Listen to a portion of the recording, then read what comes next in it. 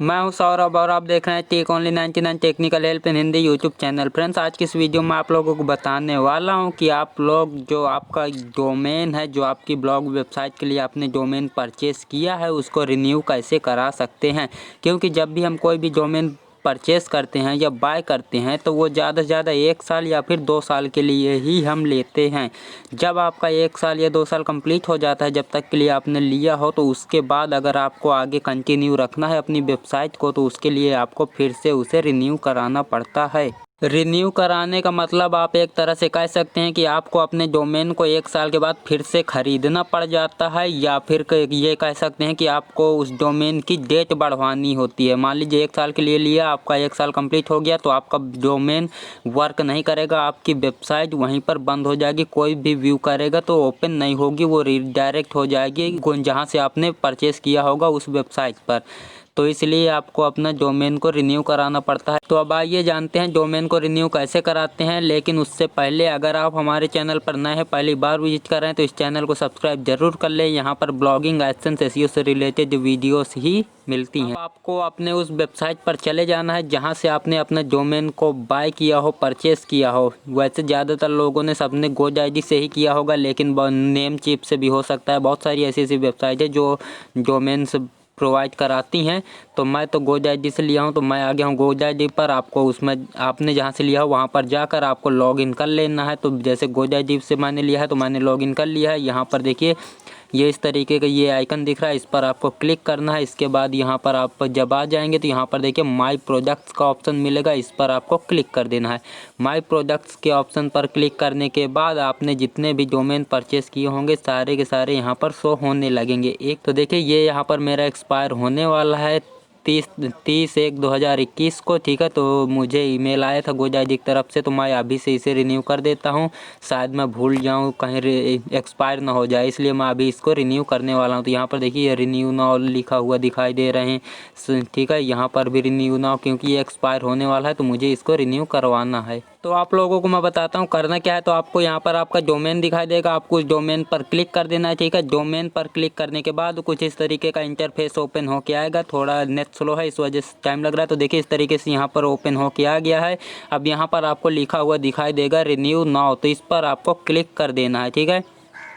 Renew now पर जैसे ही आप क्लिक करेंगे तो आपका पेमेंट यहाँ पर अभी कुछ डिटेल खुल कर आएंगे। तो देखिए यहाँ पर ये सेम अब इसके आगे से सेम वही प्रोसेस ओपन हो जाएगा जिस तरीके से आपने पहली बार परचेस किया होगा, ठीक है। तो यहाँ पर देख सकते हैं 1958 रुपये का पड़ रहा है, वो भी 2 साल के लिए। तो मुझे 1 साल के लिए ही करवाना है। फिर से मैं अगली बार फिर करूँगा। और आप एक चीज़ का ध्यान रखिएगा, आपने फर्स्ट टाइम जितने का परचेस किया रहा होगा उसका 2-3 गुना आपको जब रिन्यू कराएंगे वहाँ पर देना पड़ता है। मान लीजिए आपने स्टार्टिंग में 500 का लिया होगा तो उसके 1200-1300 रुपये 1500 रुपये लग जाएंगे अगले साल, ठीक है। तो वो 1 साल बाद लग जाते हैं, क्योंकि स्टार्टिंग पे ये लोग सस्ते में दे देते हैं, चीप प्राइस में, ताकि आप स्टार्टअप कर सको और अगली बार ये सब निकाल लेते हैं, ठीक है। तो यहाँ पर देखिए मैंने जब फर्स्ट टाइम XYZ डोमेन ये वाला लिया था तो मुझे 132 रुपये का पड़ा था, और आज देखिए रिन्यू करवा रहा हूँ 1 साल बाद तो 979 रुपये का पड़ रहा है। यहाँ पर इस तरीके से मैंने यहाँ पर 1 साल के लिए करना है तो मैंने अपना 1 साल कर दिया, तो जिसकी वजह से यहाँ पर प्राइस मेरी डाउन कर दी गई है, नहीं 2 साल के लिए और चार्ज जुड़ रहा था, ठीक। अब इसको 1 साल करने के बाद यहाँ पर मैं चेक आउट पर क्लिक कर दूंगा, ठीक है। तो मैंने चेकआउट पर क्लिक कर दिया। अब आपको यहाँ पर अपनी डिटेल्स भर देनी है, सेम वही प्रोसेस जिस तरीके से पहली बार भरा गया था, ठीक है। तो मैं जल्दी जल्दी भर लेता हूँ। तो मैंने यहाँ पर डिटेल भर दी है, जो कुछ भी यहाँ पर पूछा जा रहा था आपको सब पता ही होगा, पहले से भरा ही होगा आपने, और बहुत ही ईजी स्टेप है, आप बहुत ही आसानी से पूरी डिटेल भर सकते हैं, सब आपको पता होगा, ठीक है। तो यहाँ पर अब मैं सेव पर क्लिक कर दूंगा। तो यहाँ पर देखिए मैंने सेव पर क्लिक किया है। अब इसके बाद ये यहाँ पर पेमेंट का ऑप्शन ओपन होके आ गया। अब मुझे यहाँ पर पेमेंट करना है। इसके लिए आप डेबिट कार्ड, क्रेडिट कार्ड और देखते हैं नेट बैंकिंग, वॉलेट यानी कि आपका पेटीएम हो, UPI, या आप किसी भी चीज़ से यहाँ पर पेमेंट कर सकते हैं, ठीक है।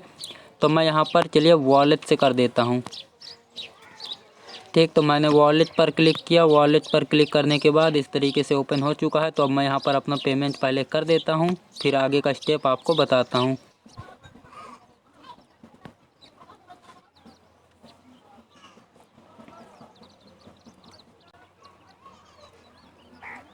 तो आप लोग देख सकते हैं मैंने यहाँ पर पेमेंट कंफर्म कर दिया है। हमारे यहाँ पर पेमेंट हो चुका है, जो कि मैंने डेबिट कार्ड से यहाँ पे कर दिया है। अब यहाँ पर देख सकते हैं ये नोटिफिकेशन भी आ चुका है और यहाँ पर पेमेंट मेरी सक्सेसफुल हो चुकी है। अब ये मेरा डोमेन रिन्यू हो चुका है। तो अब हम जाएंगे माय प्रोडक्ट्स पर, देखिए रहा डोमेन और देख सकते हैं आप लोग यहाँ से रिन्यूअल का ऑप्शन हट चुका है, जो बार बार यहाँ पर हर जगह नोटिफिकेशन दिखाया जा रहा था कि रिन्यू करो, लेकिन अब यहाँ से ये सब कुछ हट चुका है।